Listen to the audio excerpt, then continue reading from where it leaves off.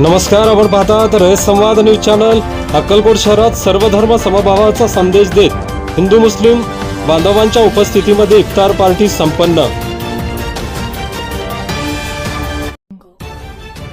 अक्कलकोट शहरात सर्वधर्म समभावाचा संदेश देत हिंदू मुस्लिम बांधवांच्या उपस्थितीमध्ये रोजा इफ्तार पार्टी संपन्न झाली। सदरची इफ्तार पार्टी ही शनिवार दिनांक 29 मार्च रोजी जुना राजवाडा समोर सायंकाळी 6 वाजता संपन्न झाली।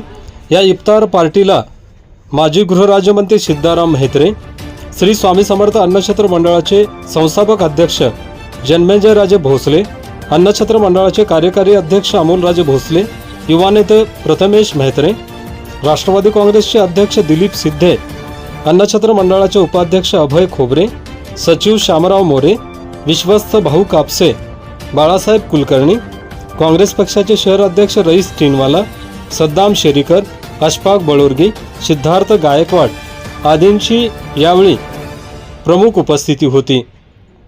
या इफ्तार पार्टीचे आयोजन मैनुद्दीन कोरबू, अशफाक काझी, सरफराज शेख व मित्र परिवाराकडून करण्यात आले होते। उपस्थित मान्यवरांनी इफ्तार पार्टीनिमित्त व रोजानिमित्त मुस्लिम बांधवांना शुभेच्छा दिल्या। यावेळी सामाजिक बांधिलकी जपत गरीब गरजू कुटुंबियांना धान्य वाटप करण्यात आले। उपस्थित मान्यवरांचा सत्कार संयोजकांकडून करण्यात आला।